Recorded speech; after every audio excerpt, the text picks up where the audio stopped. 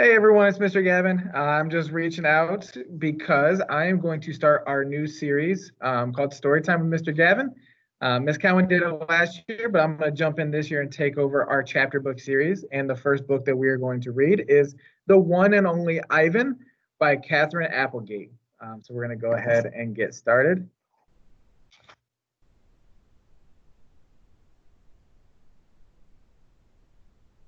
All right. Hello, I am Ivan. I am a gorilla. It's not as easy as it looks. People call me the freeway gorilla, the ape at exit 8, the one and only Ivy, mighty silverback. The names are mine, but they are not me. I am Ivan, just Ivan, only Ivan. Humans waste words. They toss them like banana peels and leave them to rot. Everyone knows the peels are the best part. I suppose you think gorillas can't understand you. Of course, you also probably think we can't walk upright. Try knuckle walking for an hour. You tell me, which way is more fun? Patience. I've learned to understand human words over the years, but understanding human speech is not the same as understanding humans. Humans speak too much. They chatter like chimps, crowding the world with their noise, even when they have nothing to say. It took me some time to recognize all those human sounds, to weave words into things, but I was patient. Patient is a useful way to be when you're an ape. Gorillas are patient as stones. Humans, not so much. How I look. I used to be a wild gorilla, and I still look the part. I have a gorilla's shy gaze, a gorilla's sly smile. I wear a snowy saddle of fur, the uniform of a silverback. When the sun warms my back, I cast a gorilla's majestic shadow. In my size, humans see a test of themselves. They hear fighting words on the wind, when all I'm thinking is how the late day sun reminds me of a ripe nectarine. I'm mightier than any human, 400 pounds of pure power. My body looks made for battle, my arms outstretched span taller than the tallest human. My family tree spreads wide as well.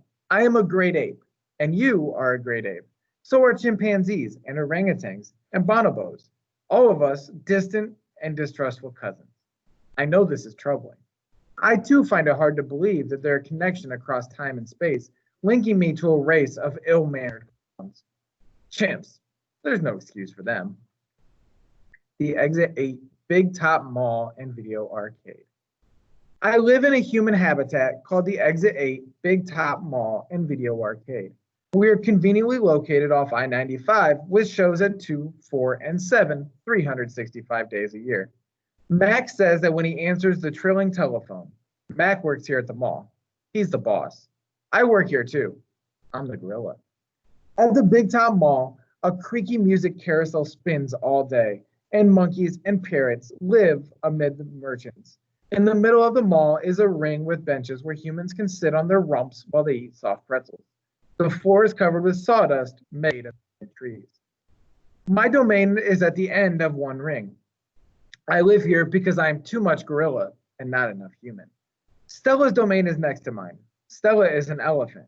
She and Bob, who is a dog, are my dearest friends. At present, I do not have any gorilla friends. My domain is made of thick glass and rusty metal and rough cement. Stella's domain is made of metal bars. The sun bear's domain is wood. The parrot's is wire mesh. 3 of my walls are glass. One of them is cracked, and a small piece, about the size of my hand, is missing from its bottom corner. I made the hole with a baseball bat Mac gave me for my 6th birthday. After that, he took the bat away. But he let me keep the baseball game with it. A jungle scene is painted on one of my domain walls. It has a waterfall without water, and flowers without scent, and trees without roots.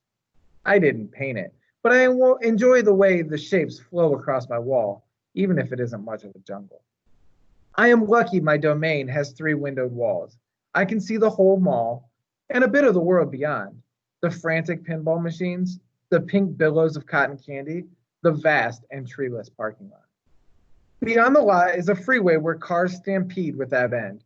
A giant sign at its edge beckons them to stop and rest like gazelles at a watering hole. The sign is faded, the color is bleeding, but I know what it says. Mac read the words aloud one day. Come to the Exit 8 Big Top Mall and Video Arcade, home of the one and only Ivan, the mighty silverback. Sadly, I cannot read, although I wish I could. Reading stories would make a fine way to fill my empty hours. Once, however, I was able to enjoy a book left in my domain by one of my keepers. It tasted like termite. The freeway billboard has a drawing of Mac in his clown clothes, and Stella on her hind legs, and an angry animal with fierce eyes and unkept hair. The animal is supposed to be me, but the artist made a mistake. I am never angry. Anger is precious. A silverback uses anger to maintain order and warn his troops of danger. When my father beat his chest, it was to say, beware, listen, I am in charge. I am angry to protect because that is what I was born to do. Here in my domain, there's no one to protect. The littlest big top on earth. My neighbors here at the Big Top Mall know many tricks. They're an educated lot, more accomplished than I am. One of my neighbors plays baseball, although she is a chicken. Another drives a fire truck, although he's a rabbit.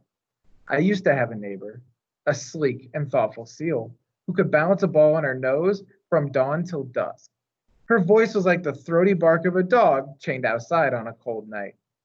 Children wished on pennies and tossed them into a plastic pool. They glowed on the bottom like flat copper stones.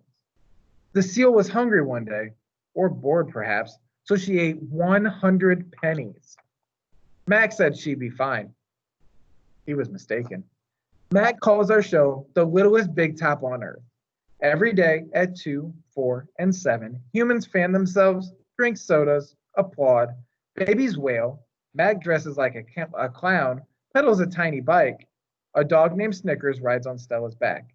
Stella sits on the stool. It's a very sturdy stool. I don't do any tricks. Max says it's enough for me to be me. Stella told me that some circuses move from town to town. They have humans who dangle on ropes, twinning from the tops of tents. They have grumbling lions with gleaming teeth and a snaking line of elephants, each clutching the limp tail in front of her. The elephants look far off into the distance so they won't see the humans who want to see them. Our circus doesn't migrate. We sit where we are, like an old beast, too tired to push on. After our show, humans forge through a store is where humans buy things they need to survive. At the Big Top Mall, some of the stores sell new things, like balloons and t-shirts and caps to cover the gleaming head of humans. Some stores sell old things, things that smell dusty and damp and long forgotten. All day I watch humans scurry from store to store. They pass their green paper, dry as old leaves, and smelling of 1,000 hands, back and forth and back again. They hunt frantically, stalking, pushing, grumbling. Then they leave, clutching bags filled with things, bright things, soft things, big things, but no matter how full the bags, they always come back for more. Humans are clever indeed. They spin pink clouds you can eat. They build domains with flat waterfalls, but they are lousy hunters. Gone. Some animals live privately, unwatched, but that is not my life. My life is flashing lights and pointing fingers and uninvited visitors. Inches away, humans flatten their little hands against a wall of glass that separates. The glass say you are this, and we are that, and that is how it will be. Humans leave their fingerprints behind, sticky with candy, slick with sweat. Each night, a weary man comes to wipe them away. Sometimes I press my nose against the glass. My nose print, like your fingerprint, is the first and last and only one. The man wipes the glass, and then I am gone. Artists. Here in my domain, I do not have much to do. You can only throw so many meatballs at humans before you get bored. A meatball is made by rolling up dung until it's the size of a small apple and then letting it dry. I always keep a few on hand. For some reason, my visitors never seem to carry any. In my domain, I have a tire swing, a baseball, a tiny plastic pool filled with dirty water, and even an old TV. I have a stuffed toy gorilla too. Julia, the daughter of the weary man who cleans the mall each night, gave it to me. The gorilla has empty eyes and floppy limbs, but I sleep with it every night. I call it Not Tag. Tag was my twin sister's name.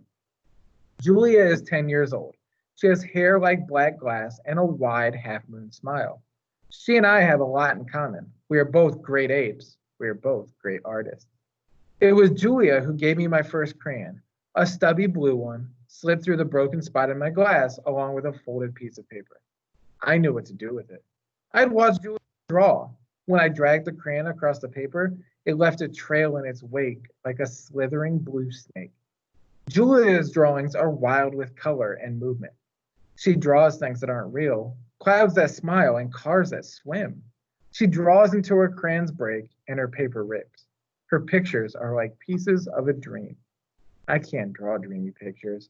I never remember my dreams, although I sometimes awaken with my fist clenched and my heart hammering.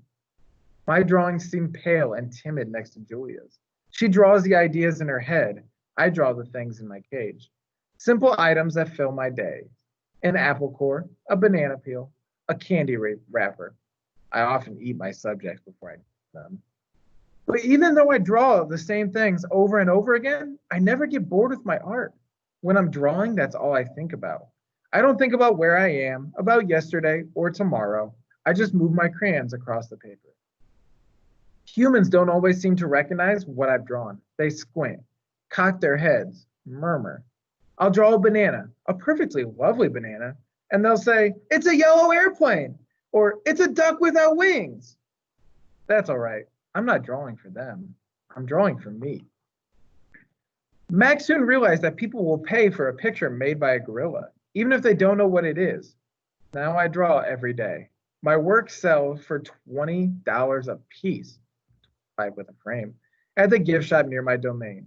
If I get tired and need a break, I eat my crayon. That's where we're going to stop today. We will pick up next week. This is going to be every Wednesday as we work our way through the one and only Ivan. So be sure to check in next week and check out Miss Cowan. She's going to be doing a picture book series as well on our YouTube page. So be sure to check that out. As always, follow us on Facebook, on Twitter, on Instagram, and we will see you guys next week.